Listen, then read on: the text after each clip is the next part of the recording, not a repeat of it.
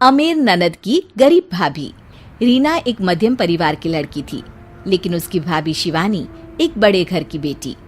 शिवानी की शादी अभिषेक से लव मैरिज थी। अरे भाभी, ये कितना अच्छा सूट पहना है आपने। काश ऐसा मैं भी पहन पाती। अरे क्यों नहीं रीना, वैसे भी तुम्हारा और मेरा नाम तो एक ही है, जब मन करे पहन लेना। भाभी, आपको आपके पापा ने कितने अच्छे कपड़े गहने दिए हैं। मैं उनकी इकलौती बेटी जो हूँ। बेटी तो मैं भी इकलौती हूँ, लेकिन क्या करे, पापा है नहीं, पता नहीं कैसे होगी मेरी शादी। तभी वहाँ शिवानी की सास आ जाती है। अरे क्यों नहीं करेगा भाई तेरी शादी धूमधाम से, आखिर जिम्मेदारी है तो उसकी। और वो दिन भी आ जाता है जब रीना की शादी तय हो जाती है। अभिषेक, क्या हुआ? आप इतने परेशान तो कभी नहीं दिखे, कोई बात है तो बताइए मुझे। अरे शिवानी, वैसे तो शादी का सारा इंतजाम हो गया है, लेकिन गहनों का रेट तो आसमान छू रहा है। कैसे क्या करूं, कुछ समझ में ही नहीं आ रहा।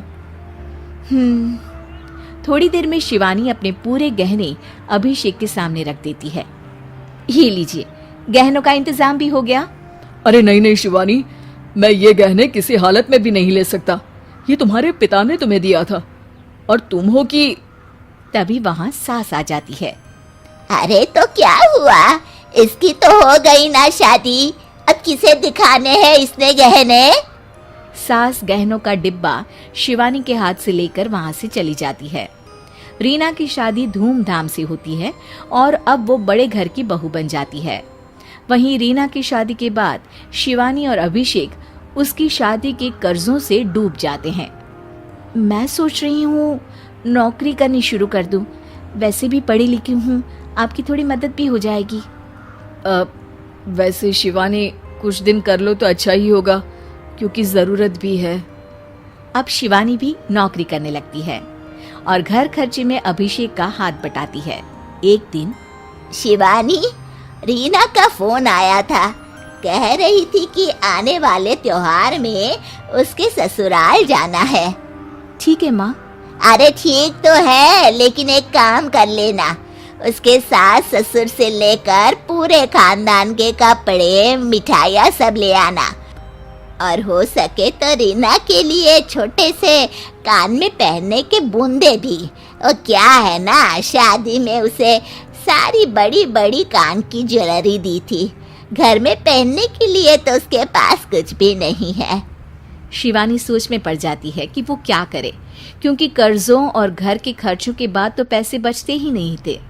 शिवानी फिर अपने पिता को फोन करती है और उनसे पैसे मांगती है। देखो शिवानी, मैंने तुम्हें शादी के वक्त ही मना किया था कि ऐसे घर में शादी करनी ही नहीं चाहिए। अरे अभिषेक को शर्म आनी चाहिए जो ससुराल से पैसे मंगवा रहा है। शिवानी को पिता की बात पर गुस्सा आ जाता है। आप मेरे पिताजी हैं और मैं परेशान थी, इसलिए आपसे मदद की उम्मीद की पापा। अभिषेक को तो पता भी नहीं है कि मैंने आपसे पैसे मांगे हैं। शिवानी सोचती है कि वो अभिषेक से बात करे, लेकिन फिर उसे लगता है कि वो टेंशन ले लेगा। तभी शिवानी की नज़र हाथ के कंगन पर पड़ती है, सीधे बाजार जाती है और उसे बेचकर ननद के घर ले जाने का सारा सामान लेकर आती है और सास के सामने रख देती है। हाँ ठीक है, लेकिन फल थोड़े और अच्छी क्वालिटी के होने चाहिए थे। शिवानी कुछ नहीं कहती, वहां से चली जाती है। एक दिन शिवानी, रीना का फोन आया था, बहुत रो रही थी। क्यों माँ, क्या हुआ? सब ठीक तो है ना उसके ससुराल में? अरे तूने तो उसकी नाक ही कटवा दी। अब मैंने क्या कर दिया माँ? कह रही थी कि बड़े घर की बहू है भाभी, जो कपड़े दिए वो ब्रांडेड भी नहीं थे। तू तो जानती है ना उन लोगों का पहनावा कितना अच्छा है। तू तो मेरी बेटी का भला कभी सोचती नहीं। हाय भगवान, अरे बड़े घर की बहू है, इसी बात की जलन है ना तुझे, लेकिन याद रख मेरी बेटी का सोचने के लिए भगवान है, तुम लोग कभी उसका बुरा नहीं कर पाओगे।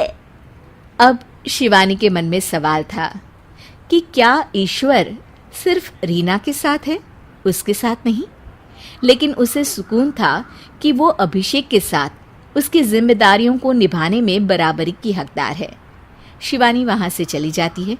वो सास से कुछ नहीं कहती, क्योंकि अमीर घर की बहू बनकर रीना को भले ही सुकून ना हो, लेकिन गरीब घर की बहू बनकर शिवानी खुश है। क्योंकि खुशी पैसों से नहीं, परिस्थितियों पर निर्भर करती है।